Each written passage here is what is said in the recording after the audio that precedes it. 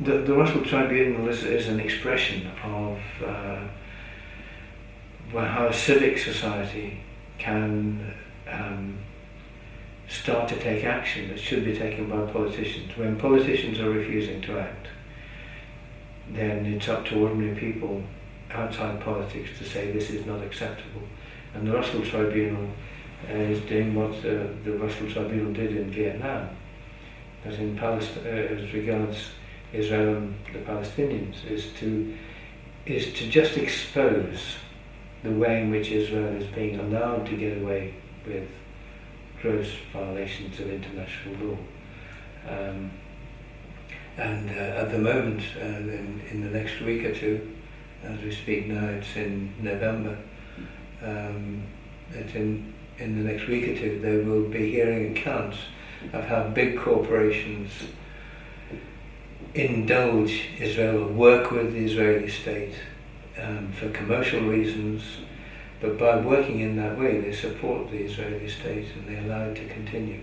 If commercial activity stopped, Israel would have to think twice about its punishment of the Palestinians. But because they're supported by big international corporations, Israel can turn its back on international law.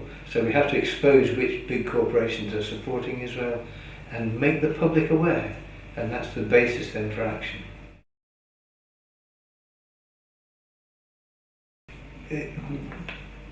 I guess I began by knowing not very much about, knowing that Israel was founded in 1948, 47, 48, and that I'd seen the film Exodus, and I knew a little bit about the fact that the Palestinians were there before the Israelis came.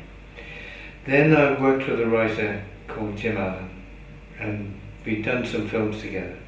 And Jim wrote a play called Perdition, which was commissioned by the Royal Court Theatre, which has a reputation for being the most progressive theatre in England. The Writers' Theatre defends the writers always. And Jim wrote a play about the events in Hungary in the end of the Second World War. And the subject of the play was how 500,000 Jews had been taken to the death camps. And the understanding between certain leading Zionists in Hungary at the time that they would stay silent about where the Jews were being taken in return for certain people, certain Jews, certain Zionists being allowed to go to Israel. And this deal, which was quite horrifying, was the basis of the play. There was before it was put on, the Zionists campaigned against it. They got articles in all the newspapers. There was a big campaign against the play being performed, and the Royal Court censored the play. They banned it. And that's what really opened my eyes to the struggle. Then, in the course of doing the play, of course, I'd read about what had happened, the background, what had happened since the founding of the state, and had to scrutinise what the Zionist project was and why, in the end, it is a disaster for Palestinians, obviously, but also for Jewish people. And since then, I've followed it quite closely. So you had a personal experience with censorship basically, Yeah, which yeah. How was that to know that something? Well, as you say, I mean, this was a personal experience of censorship promoted by the Zionist lobby. I've been in situations of doing films for television, documentaries for television, which had been censored on political grounds as well, because they were supportive of trade unionists and against the Thatcher government. They'd been banned, and then to go to the theatre and find that not only was the play banned, but that I and the author were accused of being anti-Semitic, being racist, and of course, very quickly we realised this is what Zionists do. Criticise Zionism, you're anti-Semitic. And of course it's a fraud. Zionism is a political movement, a political tendency, and in no way is it anti-Semitic to criticise Zionism, but that's what they say. If they said it then, they said it for decades before that, and even now they're saying it still now. Roughly what time it was? Around what time? That was? The play was, I think it was 1987. It was the end of the 80s, when Perdition was due to have been performed by a largely Jewish cast, I have to say, and supported by many Jews themselves, here and abroad, who wrote letters in support of the play. But such was the extent of the Zionist influence that the theatre felt compelled to withdraw it. I think it's a very simple issue. I think we have to live by the rule of law. If we don't live by the rule of law, it's the jungle, and we can have no civilization without the rule of law. That is the most important element in our living together on this planet. Israel flouts the rule of law. It goes against the wishes of the United Nations. It breaks the Geneva Convention.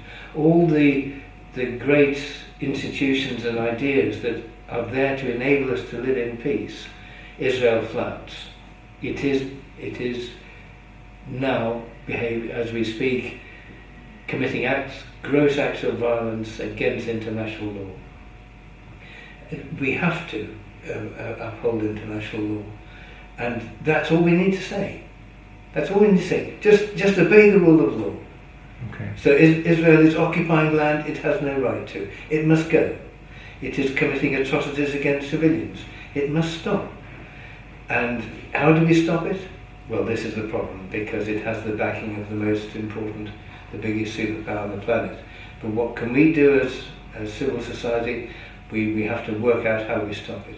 Through sanctions, through pressure on our politicians, through not accepting treaties for a country which is violating all accepted codes of human behaviour. So I think we have to be very strong in our condemnation of this illegal and this state which is acting illegally and with absolute impunity. I will not deal with the individual Israelis, no problem, because they're individuals and they're no more responsible for their government than we were for Thatcher as individuals. But for the state acting in that grossly illegal way, you have to say we will have nothing to do with you. And the big institutions, whether they're academic or cultural or commercial, that support the state and are supported by the state, we have to say no. It's the least you can do. Look at a child in Gaza slaughtered, parents slaughtered, homes demolished, and then say you won't do that, I defy you. Will disobedience be one, or? Well, I think the lesson from those mass demonstrations against the Iraq war is political, is that it's no use having a big demonstration if you don't follow it up with an organisation to keep that momentum going. Because what happened, 2 million people came out on the streets in London and then they went home. And there was no political engine to drive that opposition to the war forward.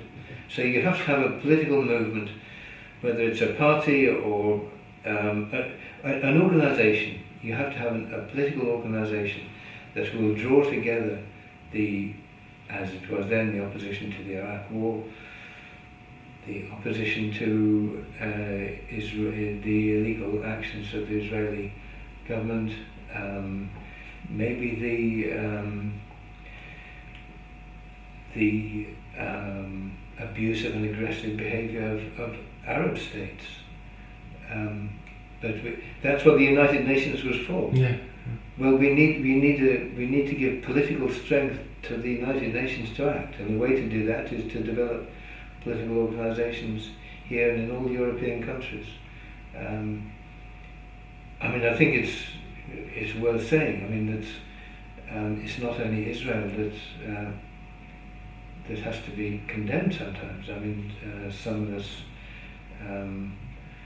were very pleased to sign statements in support of an Iranian filmmaker, Panahi, who was imprisoned in Iran, not to go to the Tehran Film Festival when the government was acting against filmmakers and against democratic processes in Iran. So I don't think we have a one idea of this. Absolutely. It's certainly not against Jewish people, as the Zionists would have us believe. It's against the illegal actions of the Israeli state and other states that behave in that way.